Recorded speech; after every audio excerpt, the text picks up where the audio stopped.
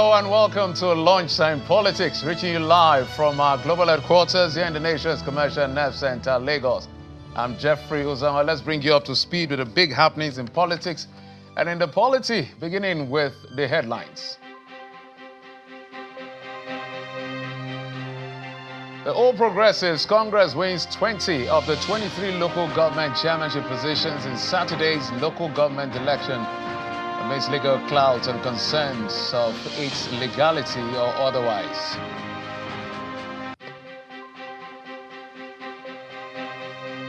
Former Governor of Kaduna State Nasir El-Rufai alleges that the federal government negotiates with bandits. National Security Advisor dismisses claims as baseless.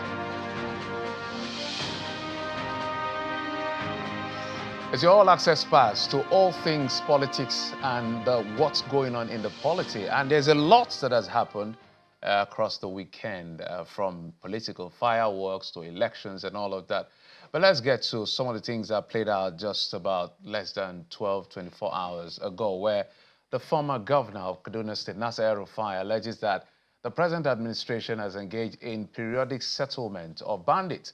While speaking in our political program, Sunday Politics, Mr. El-Rufai says he feels this is the reason insecurity has remained unresolved in Nigeria. What I will not do, okay, is to pay bandits, give them monthly allowance, or send food to them in the name of non-kinetic. It's nonsense. We are empowering bandits. It's not the government of Kaduna State. Is a national policy driven by the Office of National Security Advisor, and Kaduna is part of it. Many states are objecting. Now is objecting to that, but that is the policy now. Kiss the bandits. That's the new policy. My position has always been the only repentant bandit is a dead one. Let's kill them all. Let's wipe them. Let's bomb them until they are reduced to nothing. And then the 5% that still want to be rehabilitated can be rehabilitated. You do not negotiate from a position of weakness. You don't empower your enemy. You don't give him money to go and buy more sophisticated weapons. That's why the insecurity problem has not gone away and will not go away as long as this policy continues. I was governor of Kaduna State for 8 years. Only 3 schools were attacked in 8 years. Okay? This government has been around for 2 years. 3 schools have been attacked.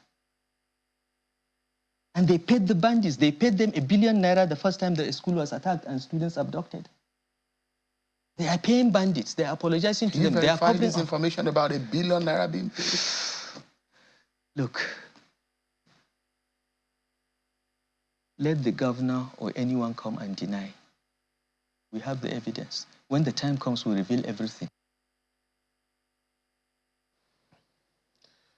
That's a very big allegation against the government. The National Security Advisor, Nasir El-Rufai, has reacted to the comments by the former Kaduna State Governor, Malam Nuhu Ribadu, I should say, National Security Advisor's office.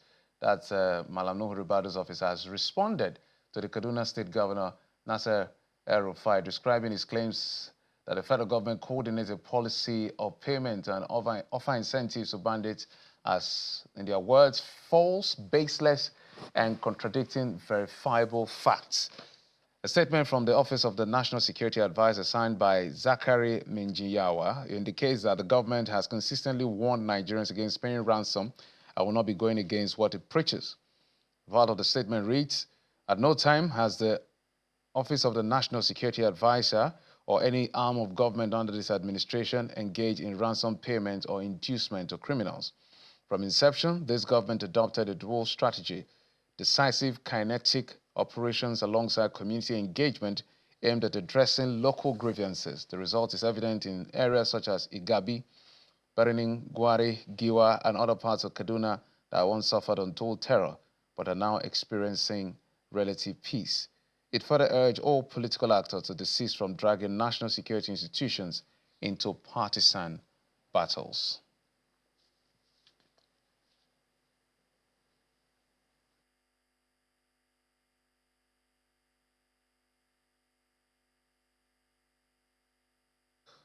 All right, one of our big conversations today is going to be the issue around Rivers State local government elections. I'll have my two guests joining us in just a moment, but let's tell you, on our DSTV platform only, we'll be going live to Delta State for the Shekiri Ethnic Nationality Warri Press briefing on delineation of Warri Federal Constituency.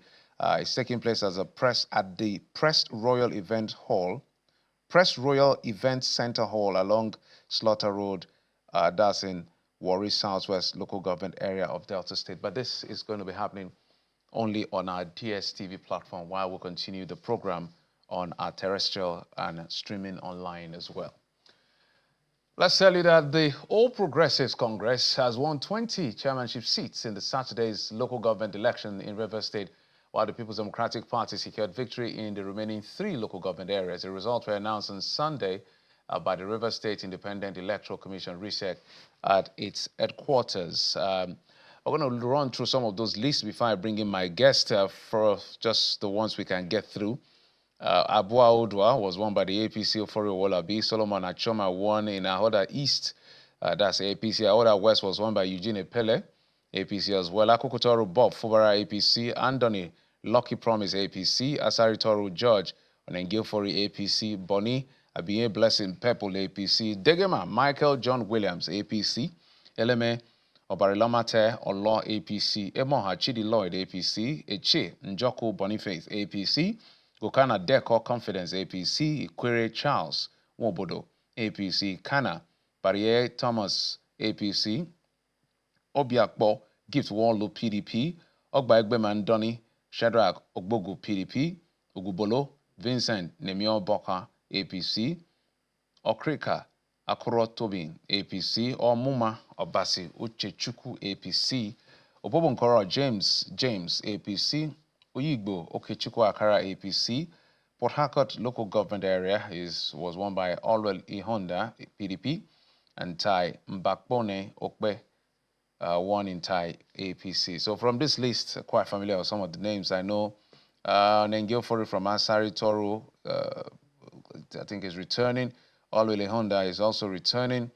Chidi Lloyd also returning. So that's how the things played out as far as the PDP and APC politics. They call this some kind of an understanding. We don't know what's going on, but the elections have happened, and let's talk about it.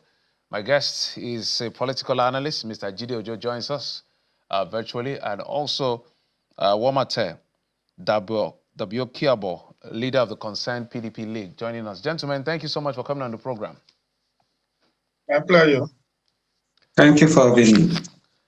All right, fantastic. Wamate, will come to you. I know you are a fan of the minister of the FCT, so I'm going to come to you second. Let me talk to Mr. Ojo to give his own general assessment of the election that happened. It's clouded by a lot of things. I don't even know where the layering has to come from. The legality issues, whether or not the sole administrator has powers, the appointment of the man, and now they will be sworn in. So what do you just make of what played out in Rivers? It was peaceful, no violence, nothing, so that's commendable. But the other ones, there's a lot to talk about. What do you make of it? Thank you, Geoffrey. Incidentally, I just listened to 2 hours of media chat by the FCT minister via your channel and some other media channels. He just finished just like a few minutes ago. And he did, this question was thrown to the journalist that interviewed him through these questions to him. And he actually did give a bit of a background that the powers in terms of legality that the President Olusegun Obasanjo in 2004 have the state emergency law in place, and that this state emergency law is what President Bola Tinubu has used to impose the state of emergency and empower the sole administrator to do many of the things that he has been able to do, including the submission of the budget of Rivers State to the National Assembly and then the nomination, which was made and approved by the National Assembly, and that the certain section of the 2022 Electoral Act, and I think to an extent the Constitution, was suspended by that state emergency law of 2004. Assuming without considering that that's the basis and premise upon which all that happened last Saturday happened, then and the fact that he actually also enlightened that some people have gone to court and the court of competent jurisdiction has ruled that the election was in order. So I cannot sit here and contradict what he has said, given the fact that that is in the light of latest development and some of the facts that I did not know prior to now. So I consider that the election has been conducted and winners have emerged. And it is now for the River State people to demand for good governance. Because as far as I'm concerned, when you look at the outcome, which many people have queried, that 20 of the local governments were won by APC and 3 by PDP, the minister said PDP has issue in Rivers, and that we should understand that this is not the first time something similar had happened. That in 2023, the president won Rivers State overwhelmingly, and 2 weeks after, when the state election were held, the PDP won. So, and I've also gone into literature. I saw that in October last year, when in the same states, local government elections were held, despite having a PDP governor, ADP won overwhelmingly, which was not the PDP. And then in November 2024, November 2, 2024 in Abia State, when local government elections were conducted under the Labour Party government, the Zani Labour Party actually won 15 out of 17 local government, and YPP won 2. So what has happened last Saturday, where the ruling party, so to speak, at the states lost overwhelmingly local government election, is not entirely a novel thing. But as I would say, all politics are local, and I thank God that that election, as you also admitted, was without bloodletting and bloodshed. It was peaceful. We do know that the quality of local government elections across the country has never really been something very cheering. But if that's what will bring about peace and peaceful transition and enable the local government in Rivers State to operate optimally, so be it. The most important thing is let there be good governance at that third tier of government. Right. Let people feel the impact that they have those local government chairpersons and councillors, irrespective of the party under which. All right, Mr. Ojo, let me take you to Mr. Wamate. We're going to come to the politics. So for the record, the court actually had said, no, the election has to go on, and that is in consonance with the law. Electoral Act Section 8415 clearly says that even primaries cannot be stopped by a court, but the substantive issues will be decided. The argument as to the emergency rule and the powers of the president is still debatable as to uprooting elected government officials like the governor and the House of Assembly, which is where all of this is cascading and questioning every other action that has been taken. It's more like a domino effect in that sense. Mr. Wamate, I'm sure you're not surprised as what's playing out, but what do you make of what's happening in Rivers State with the election that has come and now gone? But of course, there are cases in court, and I'm sure there will be more cases given what we have been reading and seeing. Well, once again, let me say thank you for having me. And as you know, in our political culture, whenever there's election, you must have people that will definitely, be unhappy with the outcome. And it's also expected in this local government election. And the local government election has been conducted, it has come and gone. And we are looking forward towards them being sworn in. But having said that, there is an angle to the legality of the election that I want to also, throw up. And that is, people are talking about the constitution, the local government election did not meet the requirement as stated in the Electoral Act section, as amended 2022 section 150, that you need 90 days for election to be conducted, notice to be issued for the conduct of election. I want to totally disagree with those that are saying that they meet the required 90 days, because if you notice, the former one, government is a continuum. The former chairman of RSIEC announced in March 5th, 2025, the new date for the election, which was supposed to be 9th of August. And if you check from 5th of March to 9th of August, it's more than the 90 days stipulated in the Electoral Act as amended in 2022, section 150.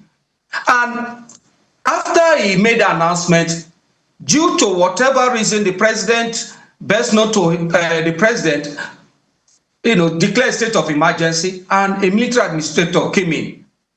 The thing is that after he annulled the appointment of Honorable Justice Enebele and appointed the president RSIEC chairman, people are counting the 90 days from when he appointed the new REC chairman, the new RSIEC chairman rather, not from when Justice Enebele announced it.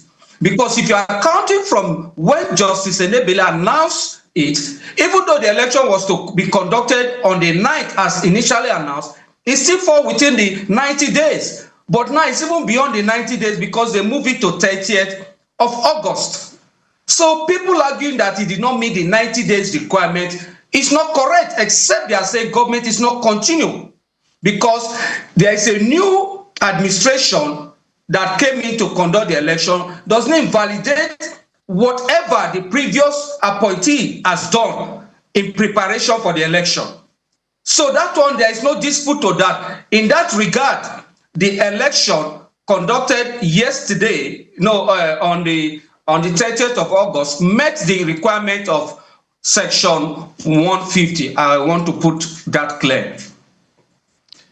Well, for clarity, so that we educate the public properly, every state that has put 90 days as notice before an election is conducted is even running foul of the Constitution, of the Electoral Act. The Electoral Act actually says 150 days, even in 103. But if you look at section 150 that you cite, that talks about that the guidelines regulating the conduct of election into the FCT area councils must have the word that the Electoral Act used was same and equal force with that done by state electoral commissions. In fact, subsection 3 of 150 says, subsection 3 of 150 says, if you don't do it that way, that election can be nullified. It is the premise on which the October election was cancelled. The judge, Jamil Yamama, based his decision on section 150 and nullified that election. So I want to put it to the public so that we are very clear. Politicians argue about who wins and who loses. That's none of our business. We're just interested in the process. So to that extent, it did not meet the time. Even with the other one, the Enebele, the other justice, according to the... From March 5th just hold on. August 30th. Just hold on.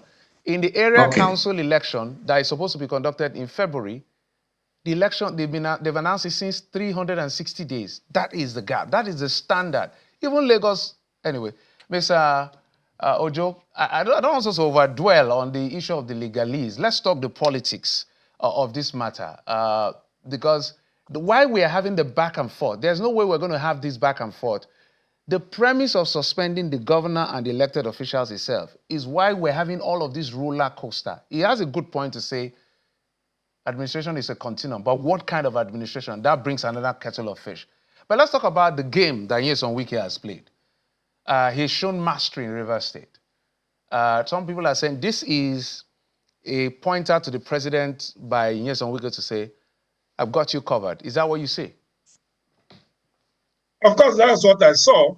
Even though he tried to, in his media chat, he was not quite forthright. You know that in every politicians know the game of intrigue that they play. It was a game of intrigue, and it is exactly as you pointed it, showing mastery of political strategy and sagacity. That any party I ask my loyalists to go, they are going to win. They are going to be victorious, and you can count on me as far as Rivers is concerned. That's the message. Of course, he did not gloat in his media chat. All he said was that people decided where they want to vote.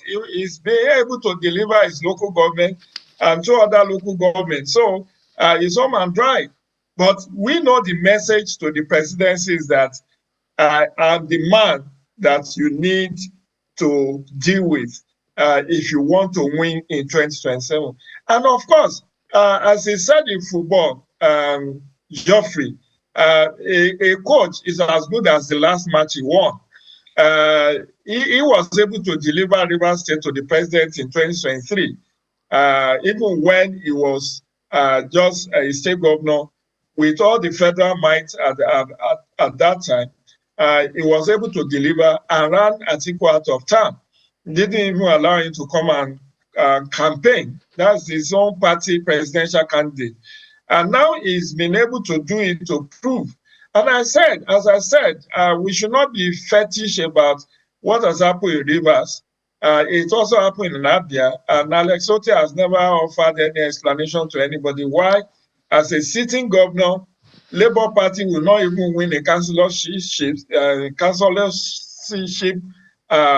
election in an election that he superintends by his that was superintended by his appointee.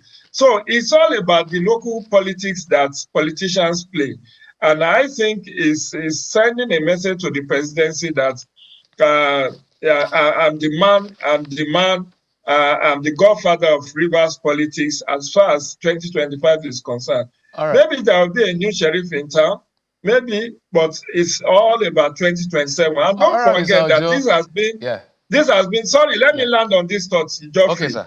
This has been the bone of contention that even brought about the state of emergency. Recall that Wike had consistently said the reason he has that grudge with Fubara is because Fubara is trying to toy with his political structure.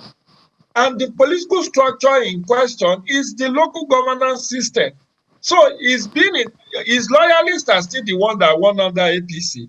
Chidi Lloyd of this world and the rest of them. So he's just... I need to come in because of time. Yeah, my apologies. I think your points are well known. Everybody who is a political watcher knows what plays out in Rivers State. The only one I'm just wondering over, which I want to bring to Wamote, is what I call the miracle of Obiakpo. The president won the entire election in Rivers State under the APC. 231,000 votes was what President Bola Tinubu got out of the big fours, 500,000 votes, if you put everything together. Fubara won that election with 203 or 302 or so thousand votes. And Obiakpo, Fubara was able to get just about, maybe less than 50,000 votes of the entire 40 of the big six, when you talk about Magnus, Abia, and Cole. How did we get 328,000 people to come out and vote in Obiakpo in a local government election that we know generally has voter apathy? Like Mr. Ojo has said, local government elections is almost a shenanigans. But I would like you to query that number, because that number, there's a lot of doubt around that number. That's one hand. Number two, what kind of governance, what kind of governor do you think Fubara will be?